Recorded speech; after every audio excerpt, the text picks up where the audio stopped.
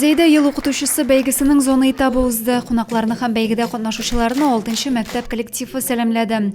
Күрше район мәгариф учреждениеләреннән килгән 8 педагог жюри алдында һөнәри осталыкларын күрсәтте. Алсу Шәнгәрәева Зәйнең 3-нче мәктәбендә география укыта. Үз һөнәре буенча 10 ел эшли. Бәйгегә аны шушы еллар дәверендә туплаган бай тәҗрибәсен уртаклашу теләге китергән. Конечно, этот конкурс, несомненно, является одним из важнейших конкурсов, наверное, в жизни каждого учителя. Присутствует волнение, так как я сегодня одна из первых, даю урок, но, надеюсь, все получится.